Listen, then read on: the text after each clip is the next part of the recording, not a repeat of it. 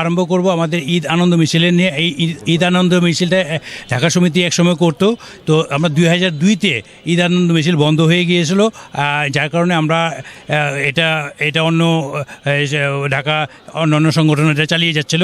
কিন্তু আমরা আবার এই বছর থেকে আরম্ভ করব। অলরেডি আমরা এটার কার্যক্রম হাতে নিয়েছি, আমরা ব্যাপক পরিসরেই করব। আমরা এখানে আমাদের দক্ষিণ সিটি কর্পোরেশনকে ইনভলভ করব।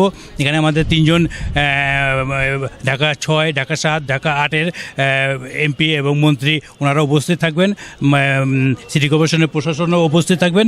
তো এটা আর আমরা এখানে যেহেতু এটা ঢাকার একটা ঐতিহ্য, এখানে হাতি, ঘোড়ার গাড়ি এবং বিভিন্ন সামাজিক সংগঠনকে আমরা দাওয়াত দিয়েছি, ওনারা আসবে, ওনাদের মতো করে ঢাকার ঐতিহ্যগুলো এখানে তুলে ধরবেন। আমরা ঈদের ঠিক পরের দিন দুপুর 2টা থেকে আরম্ভ করব। আপনাদেরকে আমরা আমন্ত্রণ জানাই, আপনারাও আসবেন। আমরা এটা চাই যে কি একটা যে ঐতিহ্য আগে ছিল, এই ঐতিহ্য যেন আমরা এখনও ধরে রাখতে পারি। আবার নতুন করে আরম্ভ করতে যাচ্ছি, যেন এটা আমরা সফল হই। আর এটা আমাদের যে ইটা থাকবে, রেলিটা থাকবে তাঁতিবাজার থেকে শুরু করে প্রেস ক্লাব হয়ে আমরা ঢাকা গেট, যেহেতু ঢাকার পুরনো ঐতিহ্য, ঢাকা গেটকে টাচ করে দড়িচত্বর হয়ে আমরা জেলখানা ঢাল দিয়ে আবার ব্যাক করব, বংশাল হয়ে আবার তাঁতিবাজার চলে আসব।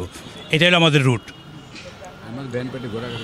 ভ্যান পার্টি ঘোরাঘুরি সব কিছু থাকবে। অন্যান্য সংগঠনগুলো এটা নিয়ে আমরা আলাপ আলোচনা করেছি। তারা তাদের মতো করে ঈদের যে ঢাকার ঐতিহ্য যে বিভিন্ন রকম জিনিস ছিল আগে, এখনও হারিয়ে গিয়েছে, বা ওই হারিয়ে যাওয়া জিনিসগুলো ওনারা এই মিছিলেই তুলে ধরবেন। গ্যাপটা ছিল বিভিন্ন কারণ সামাজিক কারণ, অনেক কিছু প্রতিকূলতার ব্যাপারও ছিল, তারপর করোনা ছিল, বিভিন্ন কারণে এটা গ্যাপ ছিল। কিন্তু এখন থেকে স্টার্ট করতেছে, আমরা আশা রাখি ইনশাল্লাহ এটা কন্টিনিউ চলবে যতদিন আমরা বেঁচে থাকি।